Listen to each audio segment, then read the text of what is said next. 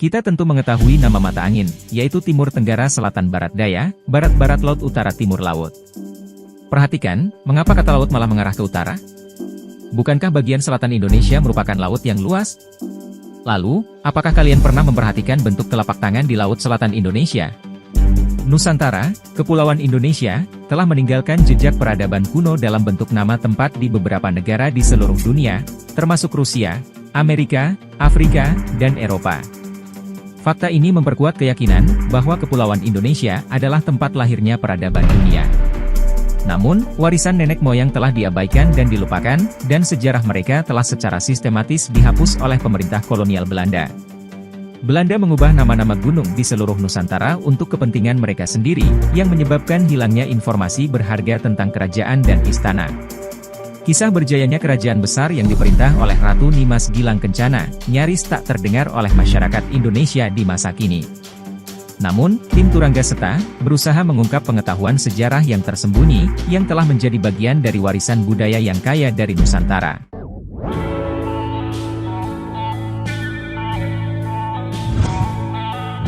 Bukti sejarah menunjukkan, bahwa Nusantara dulunya mempunyai pengaruh yang besar di seluruh dunia. Hal ini terbukti dari nama-nama tempat di beberapa negara, yang masih menggunakan bahasa Sanskerta. Di Rusia, terdapat beberapa nama tempat seperti Selobimo, Astana yang artinya tempat yang luas, dan Vanavara yang berarti hutan tempat anugerah. Sedangkan di Amerika, kita bisa menemukan nama tempat seperti Yucatan yang artinya ya terlihat, Guatemala yang berarti Papane Memala, Maya yang berarti samar, Brasil yang berarti berhasil, dan 5 yang berarti angka 5. Nusantara juga mempengaruhi beberapa nama tempat di Afrika seperti Pantai Gading, Tanjung Harapan, dan Kenya yang artinya perempuan muda. Sementara di Eropa, ada nama Creta, yang berarti kura-kura, dan beberapa lainnya.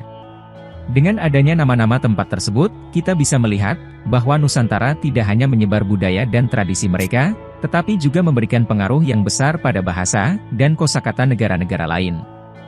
Bagi mereka yang percaya bahwa Nusantara merupakan awal peradaban dunia dan suku bangsa Indonesia Nusantara, adalah orang-orang yang memiliki kekuatan supranatural, dan kepercayaan mereka semakin kuat, bahwa Candi Prambanan dapat dibangun dalam semalam, Candi Borobudur dapat dibangun tanpa mempekerjakan budak, bahkan piramida-piramida di seluruh negeri dapat dibangun dengan mudah.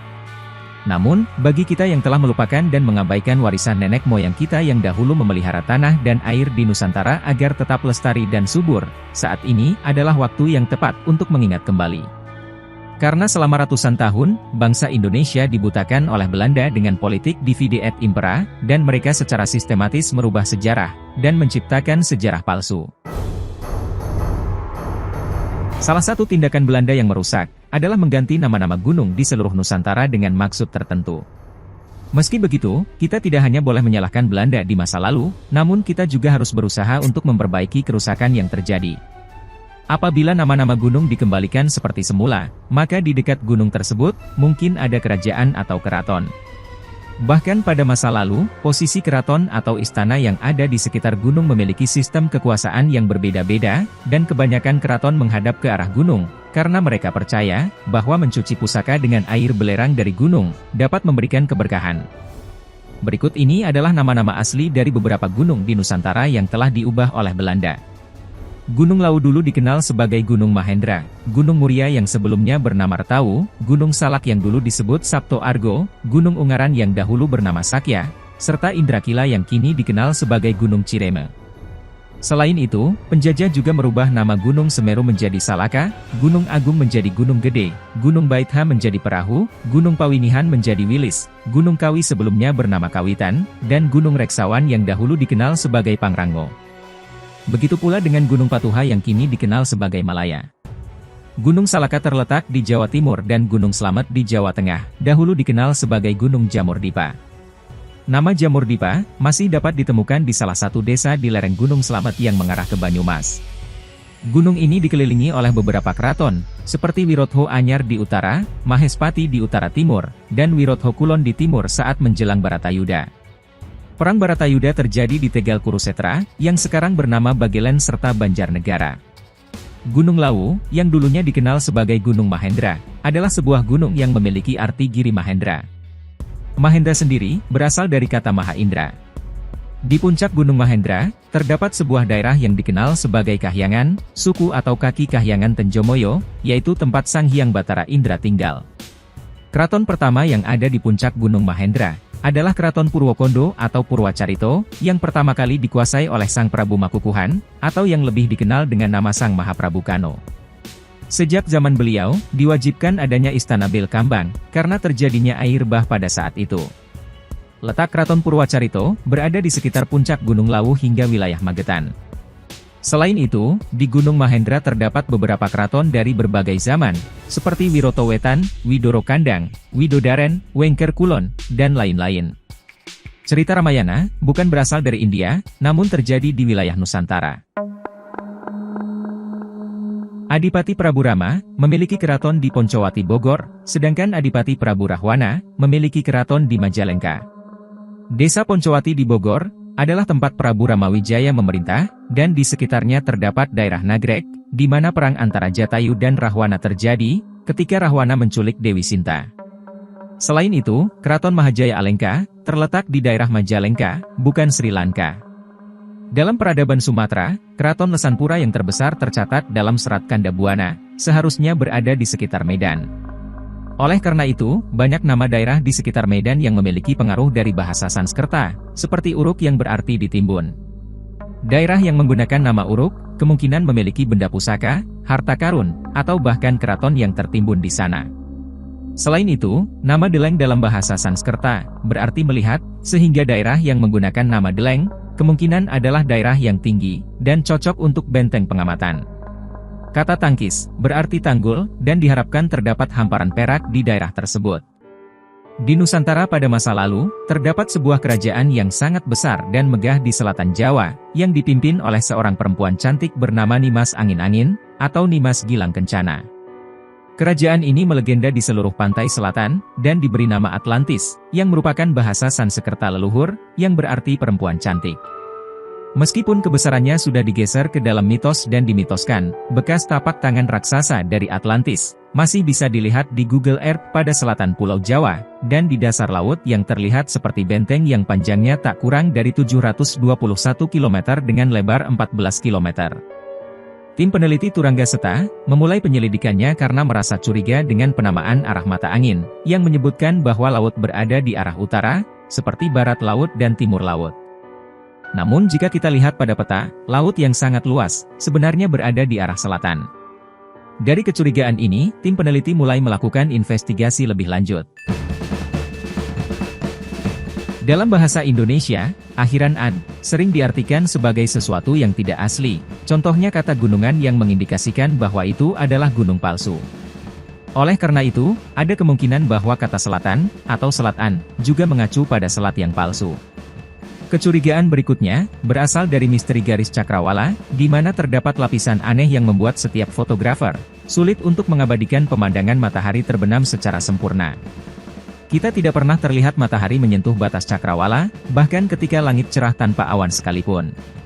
Selain itu, terdapat dua bayangan daratan di kejauhan, yang sebelumnya hanya diisi oleh laut luas, dan sebuah daratan yang terlihat seperti memiliki kehidupan purbaraya, dengan lampu-lampu gemerlap di atasnya. Awalnya, Purbaraya terlihat seperti berarang ketika dilihat dari kejauhan di Legian Bali. Dari sini tim Turangga Seta menyimpulkan bahwa kerajaan itu masih ada, namun semi gaib, atau tidak bisa dideteksi dengan satelit, karena ada semacam kubah pelindung agar tidak terlihat. Ratu Kadipaten Atlantis adalah putri bungsu dari Sri Aji Jayabaya yang bernama Nimas Pagedongan, atau Nimas Angin-Angin. Ia dinamakan Pagedongan, karena waktu kecilnya lebih banyak tinggal di dalam istana atau keraton, dan memiliki kemampuan ajian syeti angin, yang memungkinkannya untuk berpindah tempat dalam waktu sekejap.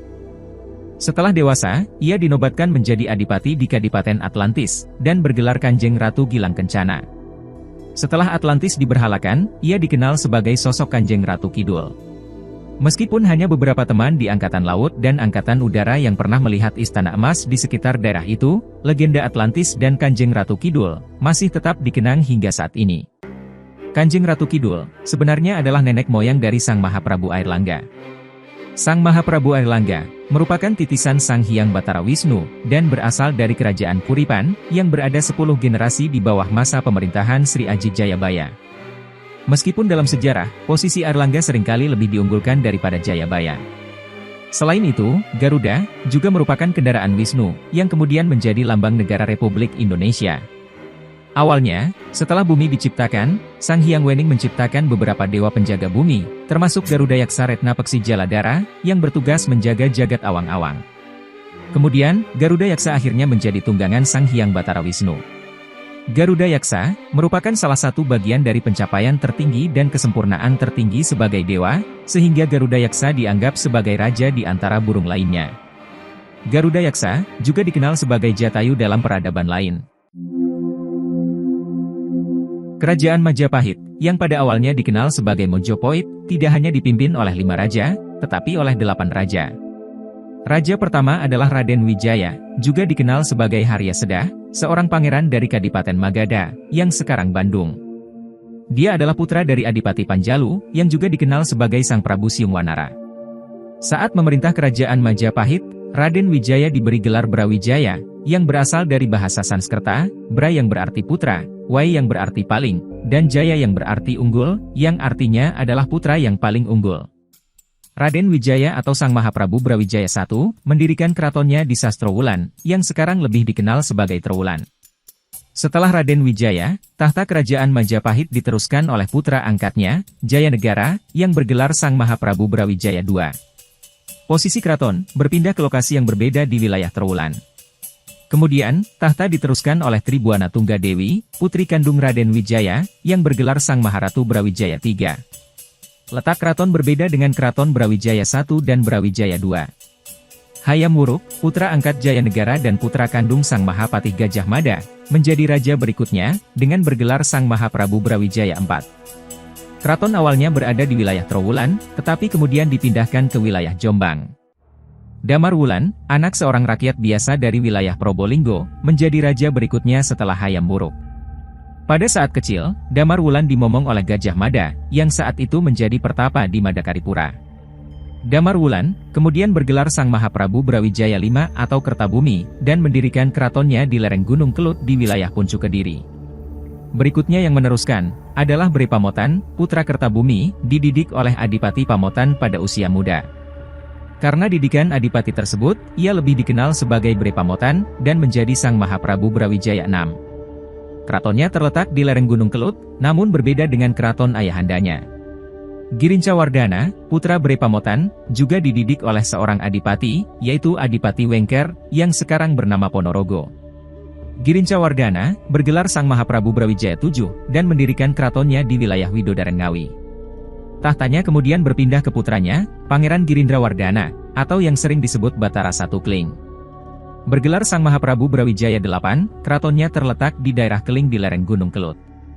Pada masa pemerintahan Brawijaya VIII, kerajaan Majapahit mengalami kemunduran, akibat kudeta yang dilakukan oleh anak angkatnya.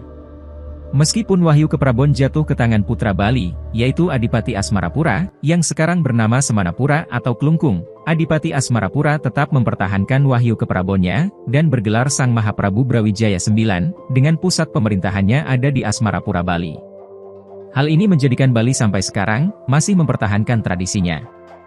Dari urutan pewarisan tahta kerajaan Majapahit, dapat disimpulkan, bahwa tidak selalu anak kandung yang akan menjadi raja selanjutnya. Di Nuswantara, siapapun berhak mendapatkan Wahyu Keprabon, sesuai dengan tindakan mereka, dan bimbingan dari leluhur bangsa yang disebut Pamong. Sebuah bukti nyata adalah Damar Wulan, yang hanya seorang anak biasa dari rakyat, bisa menjadi raja tertinggi di Nuswantara. Terdapat distorsi sejarah yang sangat jelas, terjadi pada masa lalu ini. Kerajaan Majapahit, sekarang hanya dikenal sampai 5 raja saja, meskipun Kertabumi atau Sang Mahaprabu Brawijaya V masih disebutkan dalam catatan sejarah resmi, namun namanya Damar Wulan, telah dianggap sebagai mitos. Jika diteliti lebih dalam, hierarki asli peradaban Nuswantara, sebenarnya tidak memiliki keraton yang diwariskan, karena setiap raja akan membuat keraton mereka sendiri, dan menghormati keraton pendahulunya. Hal ini disebabkan oleh kenyataan, bahwa setiap raja Nuswantara, memiliki panji-panji mereka sendiri, sesuai dengan sosok dewa yang menjadi pelindung mereka.